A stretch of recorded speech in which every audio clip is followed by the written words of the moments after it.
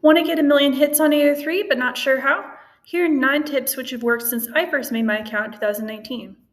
So the first one you want to do is make sure you choose a popular fandom. These rankings come and go every single year on AO3, but one of the things you can do is actually look up what the current rankings are for your specific fandom in mind. I tend to focus a lot more exclusively on women loving women or WLW ships, just like, Wednesday, which is right behind me. Be thinking of who you want to write for and make sure that you are trying to get as many people who are interested in that fandom as possible on your side. The second part is making sure to think with the readers in mind. Make sure you are thinking about what the readers want to think and feel. So that might involve them feeling like your fic is funny. You always want to be inclusive with your humor, but maybe making identity specific references for your identities. Like for me, I know a lot of different types of gay humor, like stereotypes for lesbians and stuff like that, which my readers I know would find funny because they know I'm gay. I'm pretty publicly out on the platform. But just make sure to think with your audience in mind, because of course we don't want to joke about groups we're not part of or we don't really understand or anything like that. Readers also might want you to be thinking about the length of your fic. So are you going to write a longer fic? Are you going to write something which is maybe a slow burn type of romance or something which takes a while to build up? Are you going to write something which is faster? Maybe something which is a one shot, which could be read in like 5 minutes or 10 minutes. So be thinking of what your readers might want to read and then go with that. The third thing you want to do is write catchy, concise titles and summaries. So to be clear and upfront, readers don't want to spend a lot of time figuring out what you're trying to write for them on AO3, even though they might be really interested in the content you're writing about. So you want to make sure as far as possible to front load and make sure your titles and your summaries have keywords like sex or, falling in love or secret crush. The next thing you want to think about is choosing popular, relevant scene setting tags. So, kind of like when we select a movie on either a streaming platform or even at the movies themselves, so at the physical movies, we want to know what we're getting into. Who is this for? What's going to be in it? What are some things we should expect as readers? Tags actually really help establish what is your fic about. For instance, is it something which is a romantic comedy? Is it more of a supernatural fic? Is it science fiction? Is it maybe a bunch of genres all combined? Is it a fic which includes sex or, what we might call smut as well? First times, first kisses, a friend turning into a romantic partner. Basically give readers as much information within reason as you can without overwhelming them. Give enough to cause some interest, but not enough to completely give away the plot of your fic. Otherwise, people might skip over it. The next thing you want to do is time whenever you post one-shots and multi-chapter fics, because for Saturday mornings, for some reason, I think probably because it's the first day of the weekend for many people, there tends to be a lot more activity on AO3, so people will more frequently want to read one-shots posted somewhere between Saturday morning and Saturday afternoon. But for multi-chapter fics, especially if you already have a pre-established following, when you post might not matter so much as long as you just continue to post pretty consistently. So like twice a week or 3 times a week, but usually readers are pretty forgiving because their memories might be short and they might be reading from a lot of different people at the same time. So it's pretty rare they're going to hyper focus on you as just the singular author. The next thing you want to think about is linking your fanfics together. This is a really great strategy for people who want to make sure people keep coming back to other fics they've already written.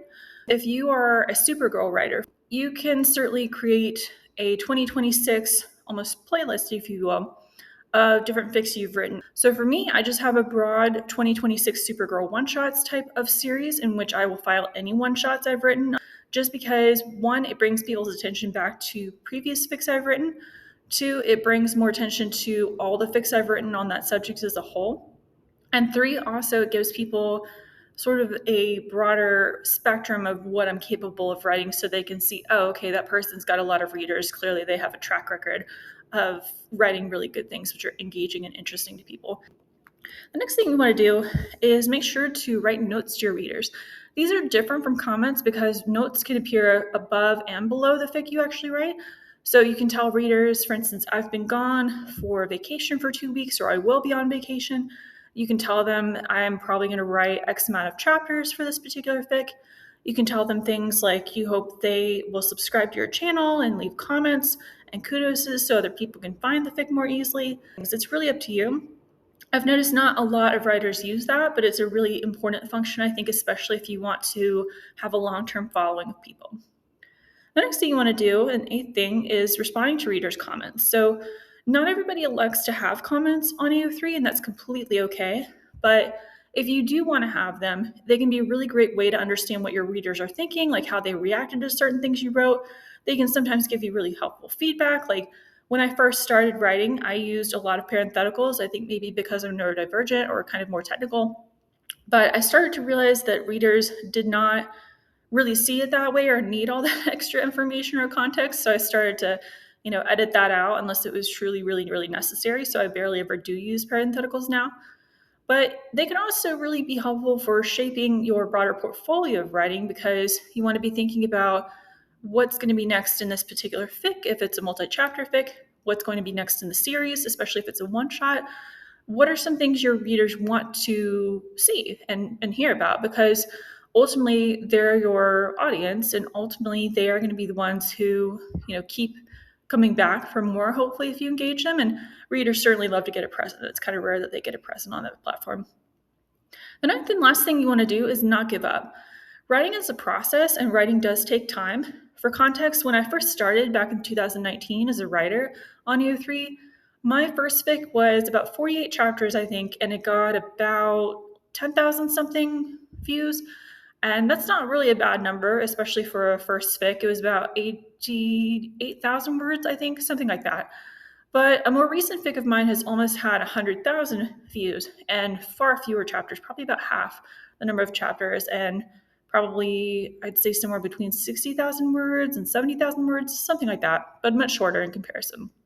So it is a process. You want to make sure to give yourself time and space to learn from different writers and understand what their styles are and what people want to see, the cadence of how you want to speak in your fic, because everybody's going to have a different writing cadence, especially for different characters, because you of course you want to get into character when you're thinking about who your audience is reading about and more or less mimic the style of how that person would speak and write.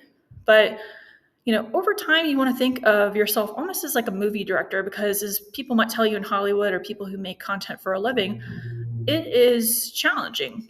Some videos do get a lot more views because maybe there's a broader hunger for what's on them, but there's nothing wrong with a small fic which gets a really small, intimate following, because that can be just as meaningful to somebody as a much larger fic, which is much more popular.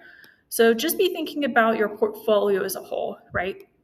Because I've earned about, at this point, 1.4 million views over 75 different fics, most of which I've finished, some of which I haven't.